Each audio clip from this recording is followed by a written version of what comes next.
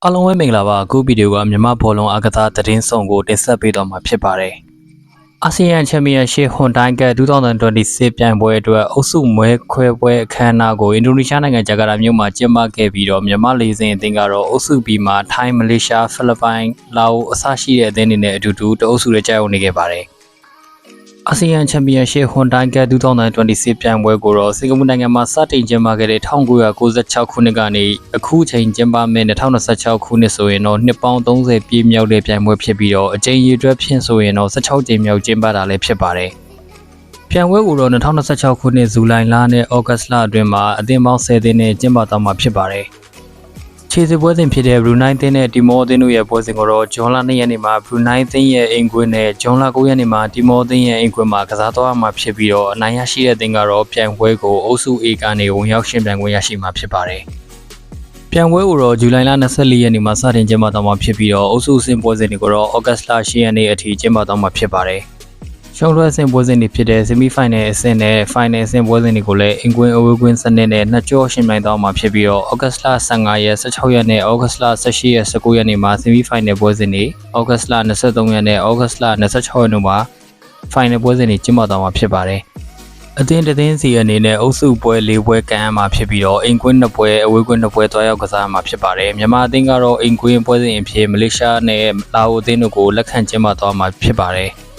အုပ်စုမှာပထမနဲ့ဒုတိယရရှိတဲ့နှစ်သင်းစီဆီမီဖိုင်နယ်ပွဲစဉ်ကိုတက်ရောက်သွားမှာဖြစ်ပြီးတော့အင်ကွင်းအဝေးကွင်းကစားမှာဖြစ်ပါတယ်။ဆီမီဖိုင်နယ်မှာအနိုင်ရတဲ့အသင်းနှစ်သင်းကတော့ပိုလူပွဲကစားမှာဖြစ်ပြီးတော့တတိယနေရာလုံပွဲမရှိဘူးလို့ဆိုပြီးတော့လည်းသိရပါတယ်။မြန်မာယူဆက်ခွန်မြို့သားအသင်းကလည်းလာမယ့်2026အာရှဖလားယူဆက်ခွန်ဘောလုံးပြိုင်ပွဲရဲ့စီတင်သတ်မှတ်ချက်အရမဲဦးလေးမှာကြာရောက်နေပါတယ်။2026အာရှဖလားယူဆက်ခွန်ဘောလုံးပြိုင်ပွဲအုပ်စုမဲခွဲပွဲကိုတော့လာမယ့်ဖေဖော်ဝါရီ12ရက်နေ့မှာပြုလုပ်သွားမှာဖြစ်ပါတယ်။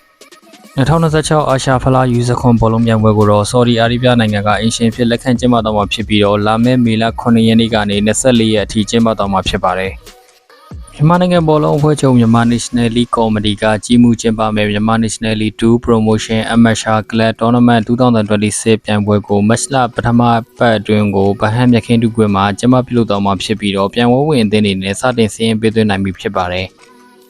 မြန်မာ National League 2 Promotion Amateur Club Tournament ကိုမြန်မာ National League 2ပြိုင်ပွဲတန်းတက်တန်းဆင်းစနစ်အတွက်အထောက်အကူပြုစေဖို့ရယ် Professional Club အသင်းတွေပုံမှန်ပေါ်ထွက်လာပြီးတော့ပြန်ဆံမှုပြင်းထန်စေဖို့အတွက်ရယ်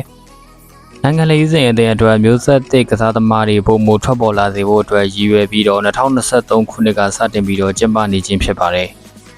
အခုပြိုင်ပွဲကနေဘူလူပွဲရောက်ရှိမဲ့ပထမဒုတိယရရှိတဲ့နှစ်သင်းအနေနဲ့မြန်မာ National League 2 2026-27ပြိုင်ပွဲကိုတန်းတက်ရှင်ပြိုင်ခွင့်ရရှိတော့မှာဖြစ်ပါတယ်။မြန်မာ National League 2ပြိုင်ပွဲကိုတန်းတက်နှစ်သင်းအနေနဲ့လည်း FIFA နဲ့ AFC တို့ကချမှတ်ထားတဲ့ Professional Club Criteria တွေဖြစ်တဲ့ FIFA Connect National Online Registration System နဲ့ AFC Club Licensing Criteria တွေကိုမဖြစ်မနေလိုက်နာဖြည့်ဆည်းဆောင်ရွက်သွားဖို့လိုအပ်မှာဖြစ်ပါတယ်။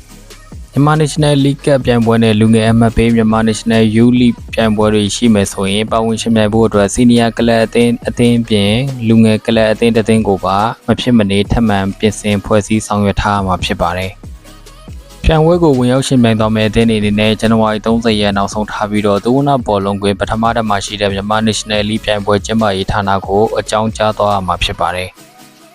ရှေ့နေတဲ့တင်ကတော့ကစားခဲ့တဲ့မြန်မာ National League ပွဲစဉ်စနစ်အဖြစ်တကုံပေါ်အသင်းနဲ့ဂိုးမရှိသေးကြားခဲ့ပြီးမြန်မာ National League မှာရှုံးပွဲမကြုံတွေ့ခဲ့တာပွဲပေါင်း90အထိရှိလာခဲ့ပြီဖြစ်ပါတယ်။ရှေ့နေတဲ့တင်က2020ခုနှစ်ဖေဖော်ဝါရီ1ရက်နေ့မြန်မာ National League ပွဲစဉ်လေးအဖြစ်ကစားခဲ့တဲ့ ARV သင်းနဲ့ပွဲစဉ်မှာတကုံဂိုးမရှိနဲ့ရှုံးနေခဲ့ပြီးနောက်ပိုင်းရှုံးပွဲမကြုံတွေ့ခဲ့တာကအခုနောက်ဆုံး2025-26ပွဲစဉ်စနစ်အဖြစ်တကုံပေါ်အသင်းနဲ့ကစားခဲ့တဲ့ပွဲစဉ်တွေရဲ့အထိထည့်တွက်မယ်ဆိုရင်ရက်ပေါင်း2163ရက်လက်သက်ပေါင်း309ပတ်နှစ်နဲ့ဆိုရင်9နှစ်336ရက်အထိအချိန်ကာလအပြင်ကြာမြင့်ခဲ့ပြီဖြစ်ပါတယ်။ရှုံးပွဲမကြုံတွေ့ခဲ့ရတဲ့ပွဲပေါင်း90ရဲ့အတွင်းမှာရှေ့ယူနေတဲ့တင်ကတော့89ပွဲအထိအနိုင်ရရှိခဲ့ပြီးတော့73ပွဲတည်ရကြထားပြီးနိုင်ပွဲရာခိုင်နှုန်း85.5ရာခိုင်နှုန်းရှိထားခဲ့ပါတယ်။ရှေ့နေတဲ့တင်ရဲ့အခုစံချိန်ကတော့မြန်မာ National League သမိုင်းတစ်လျှောက်ရှုံးပွဲမရှိအများဆုံးစံချိန်အဖြစ်ရပ်တည်နေတာဖြစ်ပါတယ်။ မြန်မာနိုင်ငံဘောလုံးဖွဲ့ချုပ်ရှမ်းပြည်နယ်အကစားနယ်ကာယပညာဦးစီးဌာနရှမ်းပြည်နယ်ဘောလုံးဖွဲ့ချုပ်ရှမ်းယူနိုက်တက်အသင်းတို့ကပူးပေါင်းကျင်းပပြုလုပ်တဲ့2016ရှမ်းပြည်နယ်လူငယ်ဘောလုံးပွဲတော်ရှမ်း State Grass Sport Football Festival TGI ကိုတောင်ကြီးမြို့ပြည်နယ်အကစားကွင်းမှာကျင်းပပြုလုပ်ခဲ့ပါတယ်။ဘောလုံးပွဲတော်ကိုကျောင်းသူကျောင်းသားလူငယ်စုစုပေါင်း950ဦးပါဝင်ဆင်နွှဲခဲ့ပြီးတော့နီးပြတွေရှမ်းယူနိုက်တက်အသင်းမှကစားသမားတွေကအခြေခံဘောလုံးနည်းပညာတွေကိုမျှဝေခဲ့ကြပါတယ်။မြန်မာ Women League 2025-26အမှတ်ပေးဘောလုံးပြိုင်ပွဲပွဲစဉ်14ပြီးတွင်းကိုအများဆုံးစီးရဲမှာအေယာဝတီအသင်းကတိုက်စစ်မှုစမ်းတော်တော်ကတွင်းကို18ကိုနဲ့ထိပ်ဆုံးမှာရပ်တည်နေပြီးတော့ဒုတိယနေရာမှာတော့သစ္စာအမှန်အသင်းကမြနိုးခင်က16ကိုတတိယနေရာမှာ ISP အသင်းကရွှေထုံးတို့က15ကိုနဲ့အစဉ်လိုက်ရပ်တည်နေပါတယ်။ချန်ပီယံဆုမျှော်မှန်းချက်တန်းစင်းဆောင်တိုက်ပွဲတွေနဲ့အတူအကျိတ်နဲ့ပုံမိုရှိလာတော့မယ်မြန်မာ National League 2025-26ပွဲစဉ်73ပွဲစဉ်တွေအဖြစ်ဒဂုံ Star United အသင်းနဲ့ဟန်တာဝရီ United ရမညာ United အသင်းနဲ့ရခိုင် United ရှမ်း United အသင်းနဲ့သစ္စာအမှန် AR United နဲ့ရန်ကုန် United ISP အသင်းနဲ့ရတနာဘုံဒဂုံဘော်အသင်းနဲ့မဟာ United အသင်းတို့တွဲဆုံရှင်ပြိုင်သွားကြမှာဖြစ်ပါတယ်။အမှတ်ပေးစရာထိပ်ဆုံးကရှမ်းအသင်းနဲ့ရန်ကုန် United အသင်းတို့ကြားအမှတ်ကွာဟမှုကတမတ်တာရှိတော့တာကြောင့်ချန်ပီယံဆုအတွက်ပြိုင်ဆိုင်မှုကပိုပြီးပြင်းထန်လာနေပါတယ်။ဒီပြဦးစော်လင်းထွန်းကရန်ကုန် United အသင်းနဲ့လန်ခွဲခဲ့ပြီးနောက်အသင်းဟောင်းဖြစ်တဲ့မဟာ United အသင်းနဲ့ပြန်လည်လက်တွဲခဲ့ပါတယ်။ဦးစော်လင်းထွန်းကမဟာ United အသင်းကိုဒီပြချုပ်အဖြစ်ဆယ်စုနှစ်တစ်ခုကျော်ကြာတာဝန်ယူကိုင်တွယ်ခဲ့ပြီးတော့ဒီဇင်ဘာလကုန်ပိုင်းကရန်ကုန် United အသင်းထံဒီပြချုပ်အဖြစ်ပြောင်းရွှေ့ခဲ့ပါတယ်။ဒါပေမဲ့ဦးစော်လင်းထွန်းကရန်ကုန် United အသင်းကိုတပွဲတာဝန်ယူကိုင်တွယ်ခဲ့ပြီးတော့